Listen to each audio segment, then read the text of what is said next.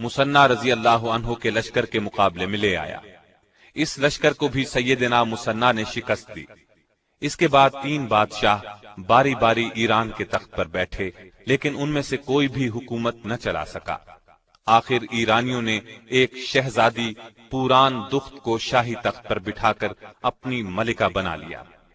پوران دخت نے ایران کے ایک مشہور پہلوان رستم کو اپنا وزیر اعظم اور سپہ سالار بنایا۔ رستم نے مسلمانوں کو عراق سے نکالنے کے لیے زبردست جنگی تیاریاں کی اور ایرانیوں میں ایک نیا جوش بھر دیا۔ سیدنا مسنہ نے جب یہ دیکھا کہ ایرانیوں کے مقابلے میں ان کی فوج بہت تھوڑی ہے اور سامان بھی حد درجے کم ہے، تو وہ مدد کے لیے چند مجاہدین کے ساتھ مدینے کی طرف روانہ ہو گئے۔ جس دن یہ مدینے پہنچے اس وقت ابو بکر رضی اللہ عنہ شدید بیمار تھے اور سیدنا عمر رضی اللہ عنہ کے بارے میں وصیت فرما چکے تھے کہ ان کے بعد وہ خلیفہ ہوں گے۔ انہوں نے مسنہ رضی اللہ عنہ کے آنے کی خبر سن کر اپنے پاس بلایا، عراق کے تمام حالات سنے، پھر سیدنا عمر کو بلایا، انہیں ان الفاظ میں وصیت کی: اے عمر، میرا دم دن کو نکلے تو رات کو، اور رات کو نکلے تو صبح ہونے سے پہلے مسلمانوں کو مسنہ کی مدد کے لیے تیار کرنا۔ پھر اپنے کفن وغیرہ کے بارے میں کچھ وصیت کی، اور آخر 22 جمادی الاخر 13 ہجری کو وفات پا گئے۔ انا للہ و انا الیہ راجعون۔ حضرت ابو بکر صدیق رضی اللہ عنہ کے بعد سیدنا عمر رضی اللہ عنہ نے سب سے پہلا کام یہ کیا کہ مسلمانوں کو جمع کیا، انہیں عراق کے حالات بتائے۔ مسلمان جہاد کے لیے تیار ہو گئے تو آپ نے مسنہ کو واپس بھیج دیا اور انہیں ہدایت کی کہ وہ اپنا لشکر ہیرا سے پیچھے ہٹا کر عرب کی سرحد کے قریب لے آئیں اور امدادی لشکر کے پہنچنے کا انتظار کریں۔ پھر آپ نے عراق کے لیے ایک لشکر تیار فرمایا۔ ابو عبیدہ کو اس لشکر کا سپہ سالار بنا کر عراق جانے کا حکم دیا۔ ابو عبیدہ صحابی نہیں تھے، لیکن بہت دلیر اور نڈر تھے۔ یہ مدینے سے کوچ کر کے بہت جلد مسنہ سے جا ملے۔ ادھر ایران کے وزیر اعظم رستم نے 2 بڑے لشکر مسلمانوں کے مقابلے کے لیے روانہ کیے۔ ابو عبیدہ نے ان دونوں کو نمارق اور کسکر کی لڑائیوں میں شکست دی۔ پھر آگے بڑھ کر باکیشیا کے مقام پر ایک ایرانی جرنیل جالینوس کو شکست دی اور شہر پر قبضہ کر لیا۔ رستم کو ان شکستوں کی خبر ملی تو اس نے ایک تجربہ کار جرنیل بہمن کو ایک لشکر جرار اور 20 جنگی ہاتھیوں کے ساتھ روانہ کیا۔ اس لڑائی میں ہاتھیوں نے تباہی مچا دی۔ ابو عبیدہ، ان کے ایک بھائی اور بہت سے دوسرے مسلمان ہاتھیوں کا مقابلہ کرتے ہوئے شہید ہو گئے۔ ایسے میں دریا کا پل ٹوٹ گیا اور بہت سے مسلمان دریا میں ڈوب گئے۔ مسنہ نے اس مشکل وقت میں بہت دلیری دکھائی اور اپنی باقی ماندہ فوج نرغے سے نکال لائے۔ اس لڑائی میں 9000 فوج میں سے 6000 شہید ہو گئے۔ یہ لڑائی جسر یعنی پل کی لڑائی کے نام سے مشہور ہے۔ سیدنا عمر کو جسر کی لڑائی میں مسلمانوں کی شکست کی خبر ملی تو انہیں بہت دکھ ہوا۔ انہوں نے ایک اور لشکر تیار کیا۔ آپ نے اس لشکر کو عبداللہ بن جریر بجلی کی ماتحتی میں مسنہ کی مدد کے لیے عراق روانہ کیا۔ ایرانیوں کی طرف سے ایک مشہور جرنیل مہران 1 لاکھ سے زائد فوج اور 20 جنگی ہاتھیوں کے ساتھ مسلمانوں کی طرف بڑھا۔ دریائے فرات کے کنارے بویب کے مقام پر دونوں فوجوں کا مقابلہ ہوا۔ گھمسان کی لڑائی ہوئی۔ مسلمانوں کی تعداد ایرانیوں سے بہت کم تھی، ان کے پاس ہاتھی بھی نہیں تھے، ساز و سامان بھی بہت کم تھا، پھر بھی وہ قدم جما کر اس شان سے لڑے کہ ایرانیوں کا منہ پھیر کر رکھ دیا۔ مسلمانوں کے جوش کا عجیب حال تھا۔ مسنہ اور ان کے بھائی سیدنا مسعود اس طرح لڑ رہے تھے کہ انہیں سر پیر کا کچھ ہوش نہ تھا۔ اچانک مسعود زخمی ہو کر گر پڑے۔ مسنہ نے دیکھا تو للکار کر کہا، مسلمانوں، شریف لوگ اسی طرح جان دیا کرتے ہیں، دیکھنا تمہارے جھنڈے ہرگز نہ جھکنے پائیں۔ جنگ جاری رہی۔ اب تک ایرانیوں کے بڑے بڑے سردار مارے جا چکے تھے، تاہم ان کا سپہ سالار قدم جما کر لڑ رہا تھا۔ قبیلہ تغلب کے ایک مجاہد نے اسے تاڑ لیا، تلوار سونت کر اس پر ٹوٹ پڑا۔ مہران کو مہلک زخم آیا، گھوڑے سے گرا اور وہ مجاہد اچک کر اس کے گھوڑے پر سوار ہو گیا اور بلند آواز سے نعرہ لگایا، میں تغلب کی اولاد ہوں، میں نے ایرانی سپہ سالار کو قتل کر دیا ہے۔ ایرانی فوج کے چھکے چھوٹ گئے، سپہ سالار کے مرتے ہی فوج بددل ہو گئی، قریباً 1 لاکھ ایرانی مارے گئے۔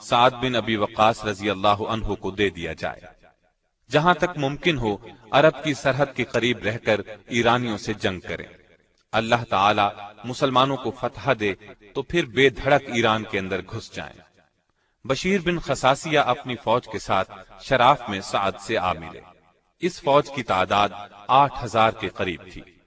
انہوں نے سعد کو مصنع کی وفات کی خبر سنائی، انہیں بہت صدمہ ہوا۔ شراف سے آپ نے تمام حالات امیر المومنین کو لکھ بھیجے، مصنع کی وصیت کا ذکر بھی کیا۔ جواب میں سیدنا عمر نے ان کی وصیت کی تائید کی اور سعد کو ہدایت کی کہ شراف سے کوچ کر کے قادسیہ کے مقام پر پڑاؤ ڈالیں۔ یہ ایران کا دروازہ ہے اور نہایت سرسبز و شاداب مقام ہے۔ امیر المومنین کا خط ملنے پر سعد نے شراف سے کوچ کیا، قادسیہ کی طرف روانہ ہوئے۔ راستے میں غدیب کا مقام آیا۔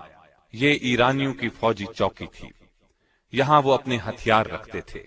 اس چوکی کے پہرے داروں کو مسلمانوں کے آنے کی خبر ملی تو وہ بھاگ نکلے۔ اس طرح غدیب سے مسلمانوں کو کافی ہتھیار ملے۔ چند دن وہاں ٹھہر کر آخر سعد بن ابی وقاص قادسیہ پہنچ گئے۔ آپ نے وہاں پڑاؤ ڈالنے کے بعد ارد گرد کے علاقوں میں فوجی دستے بھیجنے کا کام شروع کیا۔ ان دستوں نے فوج کے لیے غلہ، مویشی اور دوسری ضروریات کی چیزیں مہیا کرنے کا کام کیا۔ جس وقت اسلامی لشکر عراق کی طرف بڑھ رہا تھا، ایران کا بادشاہ یزدگرد مسلمانوں سے مقابلے کی زبردست تیاری کر رہا تھا۔ بہت جلد اس نے ایک بڑا لشکر تیار کر لیا۔ اس لشکر کا سپہ سالار اس نے وزیر اعظم رستم کو مقرر کیا اور اسے حکم دیا کہ وہ تباہ کن حملہ کر کے مسلمانوں کو پیس ڈالے۔ رستم ایران کا نامی گرامی بہادر تھا۔ وہ 60,000 فوج کے ساتھ ایران کے دارالحکومت مدائن سے مسلمانوں کے مقابلے کے لیے روانہ ہوا۔ مدائن سے چل کر یہ لشکر سابات کی فوجی چھاونی پہنچا۔ یہاں ہر طرف سے امدادی فوجی رستم کے پاس پہنچنے لگے، یہاں تک کہ تعداد 1.5 لاکھ ہو گئی۔ رستم کی فوج اب مسلمانوں سے لڑنے کے لیے بری طرح بے چین تھی۔ یہ تمام خبریں سیدنا سعد نے امیر المومنین کو لکھ بھیجی۔ ادھر سے جواب ملا، ایرانی فوجوں کی کثرت اور ساز و سامان سے گھبرانے کی ضرورت نہیں، اللہ پر پورا بھروسہ رکھیں، اسی سے مدد مانگیں۔ جنگ سے پہلے ایران کے بادشاہ کے پاس چند دانا اور بہادر لوگوں کو سفیر بنا کر بھیجیں، وہ اسے اسلام کی دعوت دیں۔ انشاءاللہ اس دعوت سے ایرانیوں کے ارادوں میں سستی پیدا ہوگی، اور اگر ان کا بادشاہ اسلام کی دعوت قبول کرنے سے انکار کر دے تو ان کا عذاب بھی اسی کے سر ہوگا۔ امیر المومنین کا حکم ملتے ہی سیدنا سعد نے اپنی فوج سے 14 آدمی منتخب کیے۔ یہ 14 آدمی سادہ لباس میں صرف کوڑے ہاتھ میں لیے مدائن میں داخل ہوئے۔ وہاں کے لوگ ان حضرات کو دیکھ کر بہت حیران ہوئے۔ ادھر بادشاہ یزدگرد کو ان کے آنے کی اطلاع مل چکی تھی۔ اس نے اپنے دربار کو بڑی شان و شوکت سے سجایا۔ یہ لوگ دربار میں داخل ہوئے۔ بادشاہ نے عربی جاننے والے درباری کے ذریعے ان سے پوچھا، تم لوگوں نے ہمارے ملک پر حملہ کیوں کیا ہے؟ سیدنا سعد نے ان 14 آدمیوں کا امیر سیدنا نعمان کو بنایا تھا۔ انہوں نے بادشاہ کی بات کا جواب دیا، اے بادشاہ، ہم دنیا جہاں کی برائیوں میں مبتلا تھے، اللہ نے ہم پر رحم کیا، ہماری طرف اپنا رسول بھیجا، اس نے ہمیں برے کاموں سے روکا، نیک کاموں کی ہدایت کی، بتوں کی پوجا چھوڑ کر ایک اللہ کی عبادت کرنے کا حکم دیا، اس کے بدلے میں دنیا اور آخرت کی کامیابی کی خبر دی۔ ہم اس پر ایمان لے آئے، پہلے عرب کے مختلف قبیلوں کو اسلام کی دعوت دی، وہ ہمارے ساتھ ہو گئے تو ہمیں حکم ملا قریبی ملکوں کے لوگوں کو اسلام کی دعوت دیں۔ ہمارا مقصد لوٹ مار کرنا نہیں، اگر تم کسی کو اللہ کا شریک نہ بناؤ، ایک اللہ کو معبود مانو، سچے رسول پر ایمان لے آؤ تو ہمارا تمہارا کوئی جھگڑا نہیں، ہم صرف اللہ کی کتاب قرآن مجید تمہارے درمیان چھوڑ کر چلے جائیں گے۔ اگر یہ منظور نہیں تو تمہیں جزیہ دینا ہوگا، اس پر بھی راضی نہیں تو تلوار ہمارے تمہارے درمیان فیصلہ کرے گی، جزیہ دینے کی صورت میں ہم تمہاری حفاظت کریں گے۔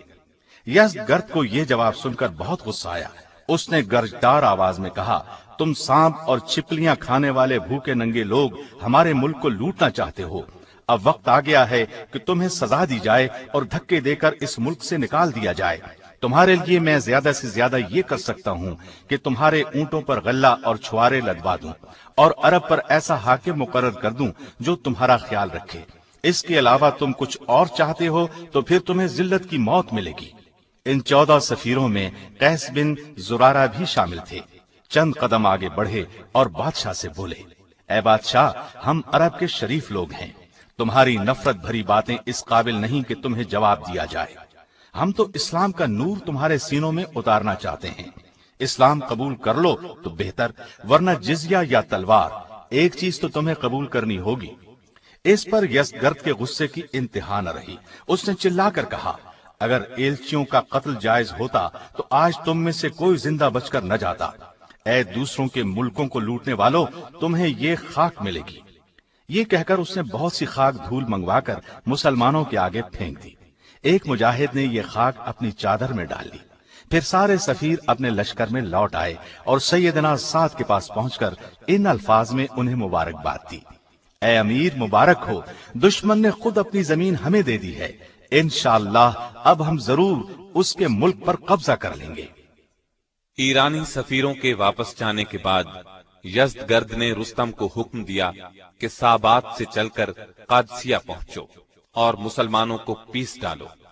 حکم ملنے پر رستم روانہ ہوا۔ اس کے ہر سپاہی نے زرہ پہنی ہوئی تھی، ہر طرح کے ہتھیاروں سے لیس تھے۔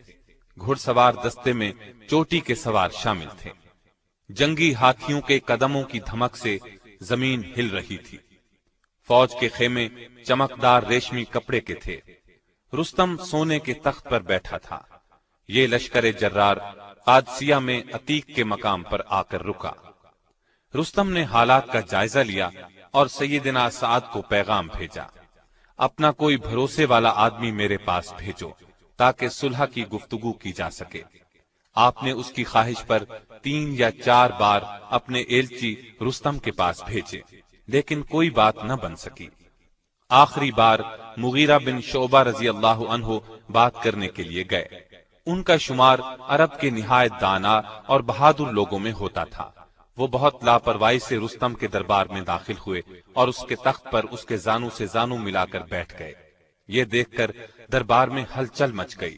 شاہی ملازمین نے آگے بڑھ کر انہیں تخت سے اتار دیا۔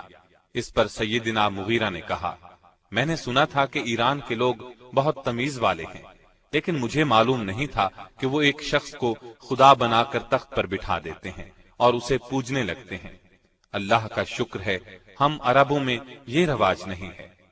تم نے خود یہاں مہمان بنا کر بلایا ہے، اس لیے میرے ساتھ تمہارا یہ سلوک مناسب نہیں تھا۔ رستم یہ سن کر شرمندہ ہوا اور کہا، یہ میرے خادموں کی غلطی تھی، لیکن یہ تو بتاؤ کہ تم اپنی اس پرانی تلوار اور چھوٹے چھوٹے تیروں سے ہمارا مقابلہ کیسے کرو گے؟ اس پر مغیرہ نے کہا، بے شک میری تلوار پرانی ہے، لیکن اس کی دھار بہت تیز ہے۔ باقی رہے تیر تو سمجھ لو آگ کا شعلہ چھوٹا سا بھی ہو آگ ہی ہے، آگ کا کام جلانا ہے۔ اس پر رستم نے کہا، تمہاری بہتری اسی میں ہے کہ یہاں سے چلے جاؤ، ہم تمہارا پیچھا نہیں کریں گے۔ اس کے جواب میں مغیرہ نے تلوار کے قبضے پر ہاتھ رکھ کر کہا، اگر تم اللہ کا سچا دین اسلام قبول نہیں کرتے تو جزیہ دینا قبول کرو، ورنہ تلوار ہمارے اور تمہارے درمیان فیصلہ کرے گی۔ ان الفاظ کے ساتھ ہی رستم غصے میں آ گیا۔ اس نے للکار کر کہا، آفتاب کی قسم، اب ہرگز تم سے صلح نہیں ہوگی، میں کل تم سب کو ہلاک کر ڈالوں گا۔ یہ سن کر مغیرہ نے کہا، بہت اچھا، جو اللہ چاہے گا وہی ہوگا۔ اس کے بعد وہ اپنے لشکر میں آ گئے۔ سیدنا سعد کو رستم کے ارادوں سے باخبر کیا۔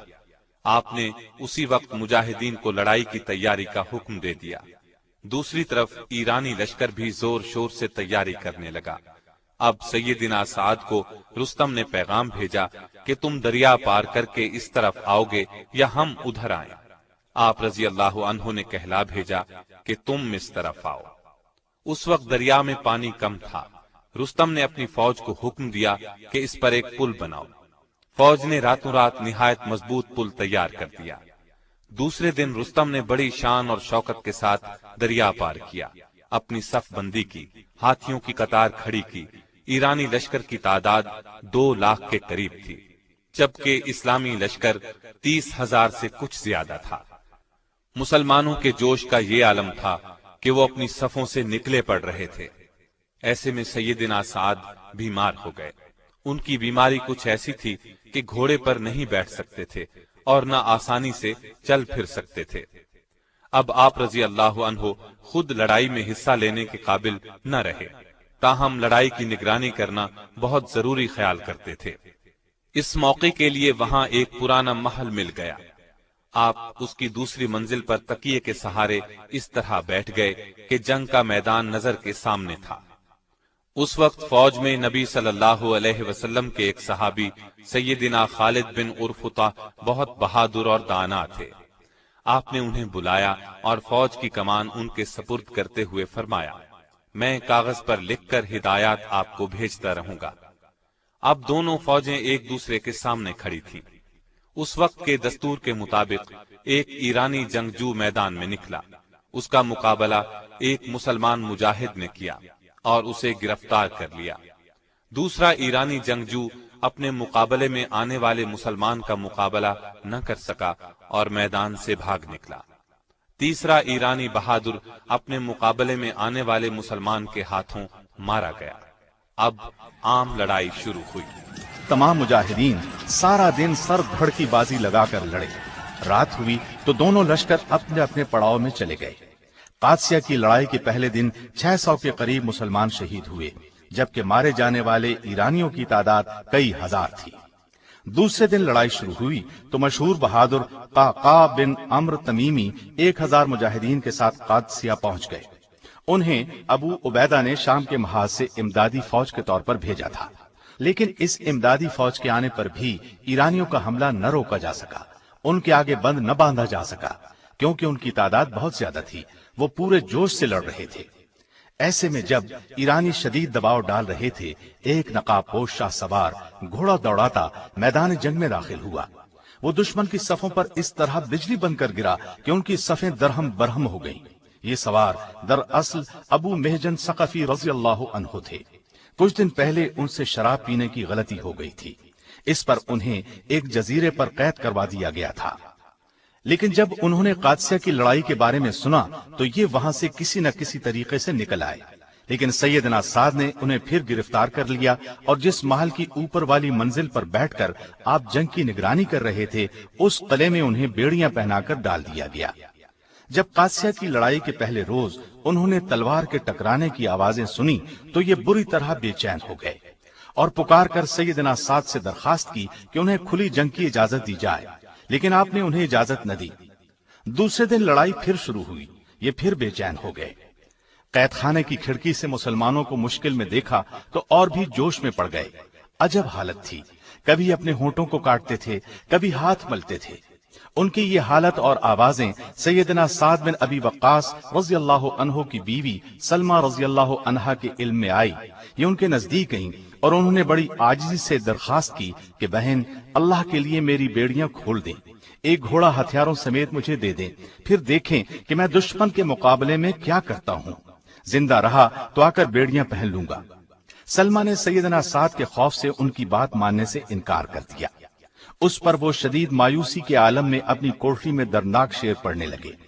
ان اشعار کا مطلب یہ تھا کہ اس سے بڑھ کر کیا غم ہوگا کہ سوار نیزے لے کر لڑ رہے ہیں اور میں زنجیروں میں جکڑا ہوا ہوں، کھڑا ہونا چاہتا ہوں تو زنجیریں اٹھنے نہیں دیتی اور دروازے اس طرح بند کر دیے جاتے ہیں کہ پکارنے والا پکارتے پکارتے تھک جاتا ہے، کسی کو میرا خیال نہیں، اور میں نے اللہ سے عہد کیا ہے اور میں اس عہد کو نہیں توڑوں گا۔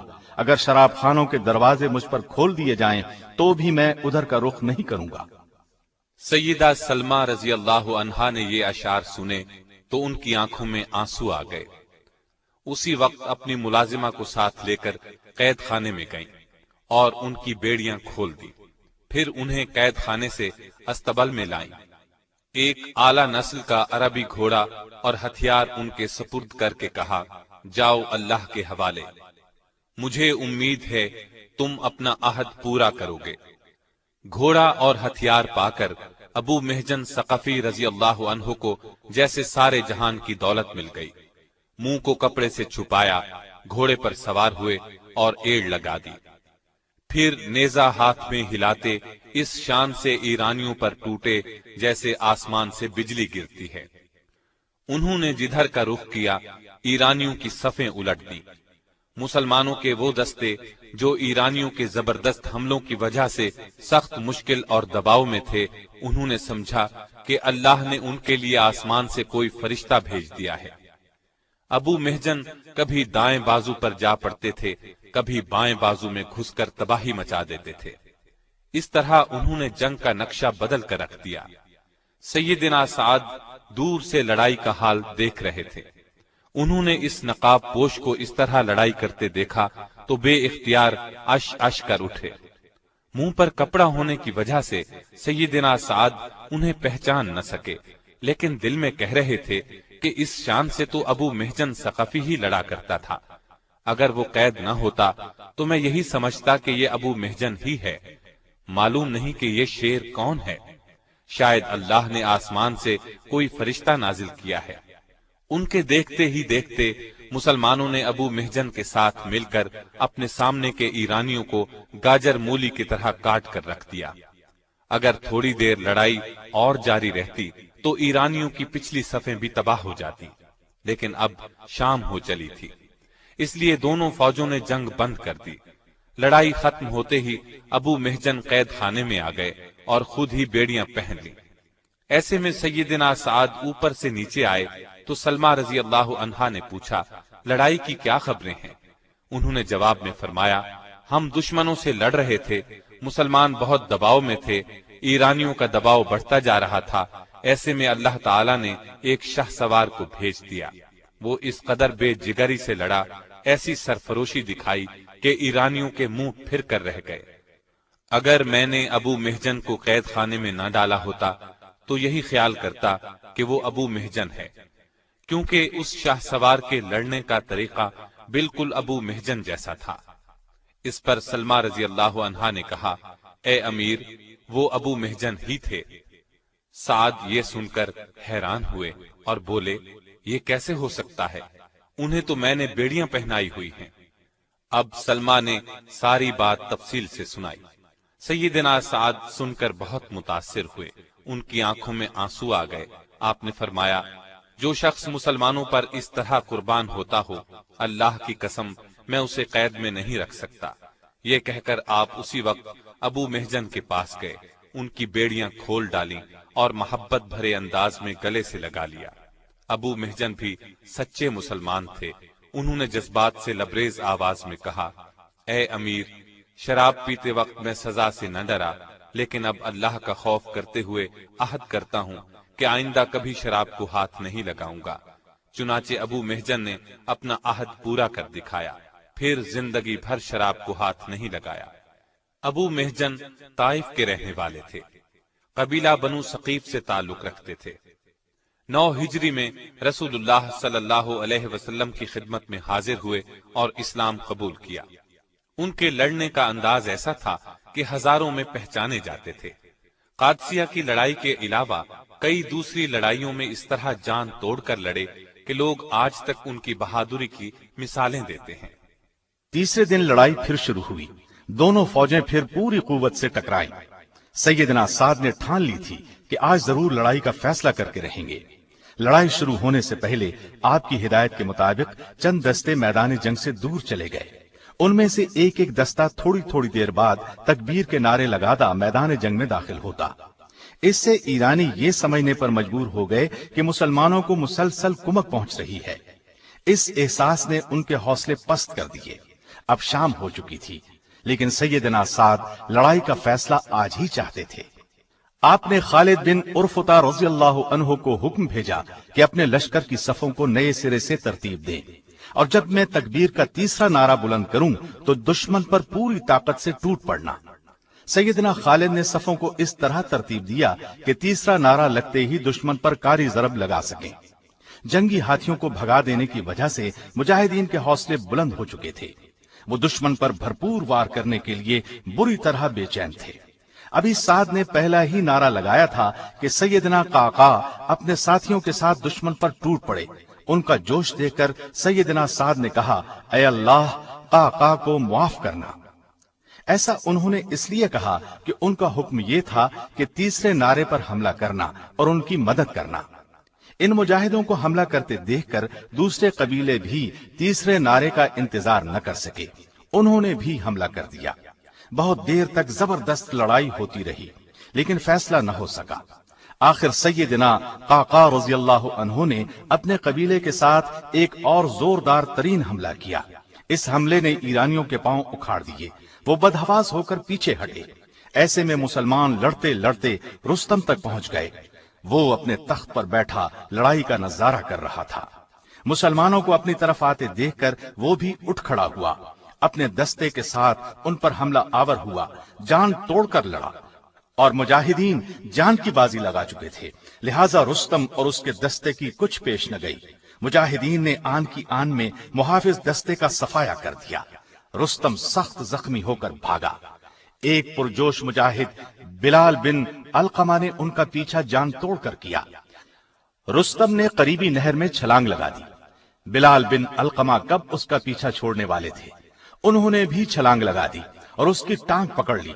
ٹانگ سے پکڑتے ہی انہوں نے اسے گھسیٹ لیا اور سر کاٹ ڈالا، پھر خود اس کے تخت پر چڑھ کر بلند آواز سے پکارا، مسلمانوں، میں نے رستم کو قتل کر دیا ہے، یہ دیکھو میں اس کے تخت پر بیٹھا ہوں اور وہ ادھر مردہ پڑا ہے۔ اس آواز کی گونج پورے میدان میں سنائی دی۔ ایرانیوں کے پتے پانی ہو گئے، بدحواس ہو کر بھاگے۔ مسلمانوں نے ان کا تعاقب کیا اور انہیں اپنی تلواروں پر رکھ لیا، گاجر مولی کی طرح انہیں کاٹنے لگے۔ ان گنت ایرانی بھاگتے ہوئے مارے گئے۔ اس طرح مسلمانوں کو اللہ تعالیٰ نے قادسیہ کی اس خوفناک لڑائی میں فتح نصیب فرمائی۔ اس جنگ میں قریباً 30,000 ایرانی مارے گئے، 8,000 کے قریب مسلمان شہید ہوئے۔ مسلمانوں کو بے شمار مال غنیمت ہاتھ لگا۔ یہ لڑائی 14 ہجری 635 عیسوی کو شروع ہوئی۔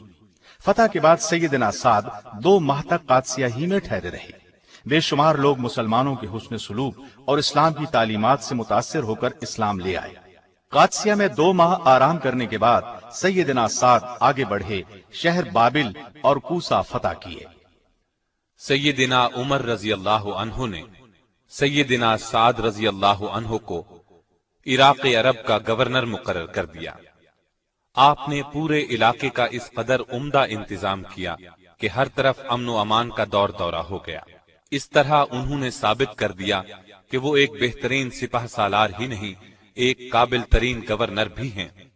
آپ نے ایک نیا شہر کوفہ نامی بھی بسایا، وہاں ایک عالی شان مسجد بھی بنوائی۔ کوفہ آباد ہو گیا تو امیر المومنین نے سیدنا سعد کو کوفے کا گورنر مقرر کر دیا۔ یہاں بھی آپ نے بہترین انتظام کیا۔ ایک مدت تک گورنری کا فریضہ انجام دینے کے بعد آپ کو واپس بلا لیا گیا۔ آپ مدینے آ گئے۔ سیدنا عمر پر حملہ ہوا اور آپ کو اپنے بچنے کی امید نہ رہی تو آپ نے جن 6 صحابہ کے نام تجویز فرمائے ان میں سیدنا سعد کا نام بھی تھا، لیکن انہوں نے خود ہی یہ فرما دیا تھا کہ خلافت کے مسئلے میں ان کے نام پر غور نہ کیا جائے۔ سیدنا عمر نے ایک وصیت یہ کی تھی کہ اگر سعد خلیفہ نہ بنے تو ان سے حکومت کے کاروبار میں مدد لی جائے۔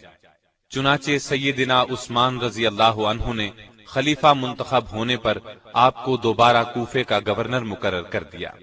26 ہجری تک آپ گورنر رہے۔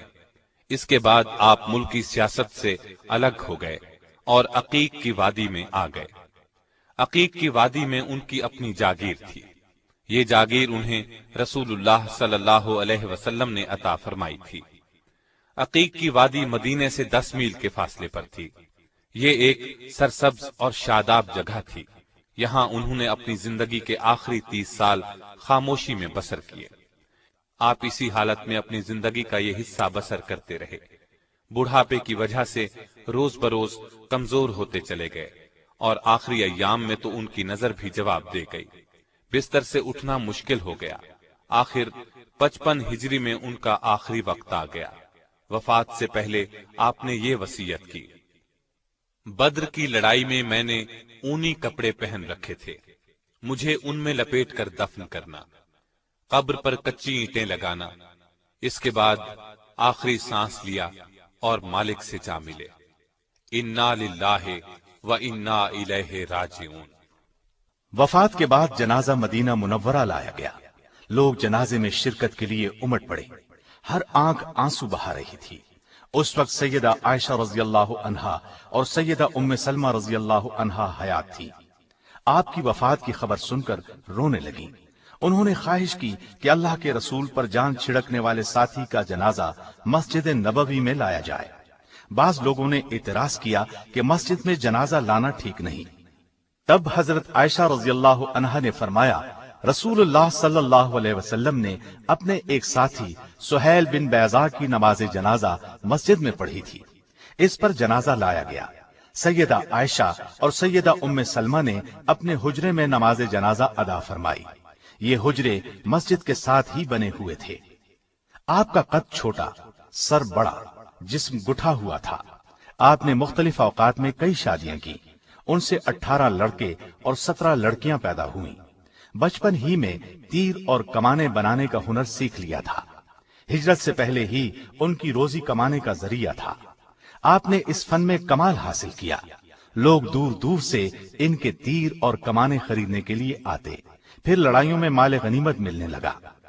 عقیق میں نبی کریم صلی اللہ علیہ وسلم نے آپ کو زمین عطا فرمائی۔ آپ قرآن اور حدیث کے بہت بڑے عالم تھے، تلاوت کے بہت شوقین تھے، خوش الحان بھی تھے، تلاوت کے وقت رویا کرتے تھے۔ نبی کریم صلی اللہ علیہ وسلم کی خدمت میں رہنے کا کافی موقع ملا۔ امت کو آپ نے 215 احادیث پہنچائیں۔ سیدنا عمر رضی اللہ عنہ کو آپ پر بہت اعتماد تھا۔ فرمایا کرتے تھے کہ جب تم ساتھ سے رسول کریم صلی اللہ علیہ وسلم کی کوئی حدیث سنو تو پھر کسی دوسرے سے پوچھنے کی ضرورت نہیں۔ لوگ ان سے دین کے مسائل پوچھا کرتے تھے، اللہ سے بہت ڈرتے تھے، اکثر رات کا زیادہ حصہ عبادت میں گزارتے، کثرت سے روزے رکھتے، نماز کے لیے کھڑے ہوتے تو جسم کانپنے لگتا اور چہرے کا رنگ تبدیل ہو جاتا۔ تہجد کی نماز کے بہت پابند تھے، اکثر یہ دعا مانگتے، الہی میرے گناہوں کو بخش دے اور مجھے اپنی مخلوق کی خدمت کرنے کی توفیق دے۔ حضرت سعد بن ابی وقاص رمضان میں تو عبادت کی حد کر دیتے۔ اگرچہ جوانی ہی میں مسلمان ہو گئے تھے، لیکن اسلام سے پہلے کے دن یاد آتے تو آنکھوں میں آنسو آ جاتے۔ کئی حج کیے، آخر عمر میں تو صرف عبادت کے ہو کر رہ گئے تھے۔ آپ کو نبی صلی اللہ علیہ وسلم سے بہت محبت تھی۔ ہر وقت نبی صلی اللہ علیہ وسلم پر جان قربان کرنے کے لیے تیار رہا کرتے۔ اس طرح آپ صلی اللہ علیہ وسلم کو بھی ان سے بہت محبت تھی۔ ننھیالی رشتے کی وجہ سے بعض اوقات رسول اللہ انہیں اپنا ماموں فرماتے۔ ایک دن سعد آپ صلی اللہ علیہ وسلم کی خدمت میں آئے تو آپ نے فرمایا، یہ میرے ماموں ہیں، چاہیے کہ ہر ایک شخص اپنے ماموں کی تعظیم کرے۔ آپ نے ان کے بارے میں یہ دعا فرمائی، الہی اس کی دعا قبول فرمایا کر اور اس کی تیر اندازی درست رہے۔ اس دعا کی بدولت حضرت سعد بن ابی وقاص ایک ایسے صحابی کے طور پر مشہور ہو گئے جن کی دعا قبول ہوتی تھی، اس لیے لوگ ان سے ہمیشہ خیر و برکت کی دعا کراتے تھے، ان کی بد دعا سے ڈرا کرتے تھے۔ نبی صلی اللہ علیہ وسلم سعد بن ابی وقاص کی سفارش دوسروں کے حق میں قبول کر لیا کرتے تھے۔ آپ نہایت پاکیزہ اخلاق کے مالک تھے۔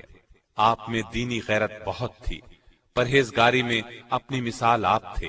تمام زندگی کوئی ایسا لقمہ نہیں کھایا جس کے حلال یا پاک ہونے میں شبہ ہوتا۔ غیبت سے خود کو بچاتے تھے، اپنے سامنے دوسرے کو کسی کی غیبت نہ کرنے دیتے تھے۔ اکثر بازار میں گشت لگاتے، دکانداروں کو پورا تولنے کی ہدایت فرماتے۔ آپ کو کسی سرکاری عہدے کا کوئی لالچ نہیں تھا، نہ دنیا کی دولت سمیٹنے کی کوئی فکر تھی، قناعت پسند تھے۔ آپ میں شجاعت اور دلیری کی صفات کے ساتھ بے خوفی نمایاں تھی۔ آپ بہت نرم دل تھے، کسی کو تکلیف میں نہیں دیکھ سکتے تھے۔ دعا مانگتے وقت آنکھوں میں آنسو آ جاتے۔ زندگی بہت سادہ تھی، سادہ غذا اور سادہ لباس سے کام چلاتے تھے، لیکن بڑے دریا دل تھے۔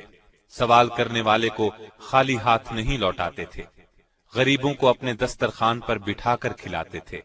مساجد اور مدرسوں کی تعمیر میں اپنے پاس سے بڑی بڑی رقمیں دیتے تھے۔ یہ عظیم جرنیل سب سے پہلے اسلام لانے والوں اور عشرہ مبشرہ میں شامل ہیں۔ دنیا میں ہی انہیں جنت کی خوشخبری زبان نبوت صلی اللہ علیہ وسلم سے ملی۔ آپ بدری صحابی بھی ہیں اور صلح حدیبیہ کے موقع پر بیعت رضوان میں بھی شریک تھے۔ اللہ تعالیٰ ان پر بے شمار رحمتیں نازل فرمائے، آمین۔ محترم سامعین، ابھی آپ دارالسلام اسٹوڈیو لاہور پاکستان سے جرنیل صحابہ کا تیسرا حصہ سیدنا سعد بن ابی وقاص رضی اللہ عنہ سن رہے تھے۔ دارالسلام اسٹوڈیو دارالسلام پبلشرز اینڈ ڈسٹریبیوٹرز کا ایک حصہ ہے جو اسلامی کتب کی اشاعت کا بین الاقوامی ادارہ ہے، جس کا ہیڈ آفس سعودی عرب کے دارالحکومت ریاض میں واقع ہے، جس کے مینیجنگ ڈائریکٹر جناب عبد المالک مجاہد ہیں۔ دارالسلام کا دنیا کے 27 ملکوں میں نیٹ ورک ہے۔ پاکستان میں اس کا ایڈریس نوٹ کر لیں: دارالسلام اسٹوڈیو، 50 لوور مال، نزد ایم اے او کالج، لاہور۔ فون 7240024، 7232400 اور 7120054، فیکس 7354072۔ یہ پیشکش تھی محمد طارق شاہد کی۔ اللہ حافظ۔ Thanks for watching. Don't forget to like, comment, share and subscribe to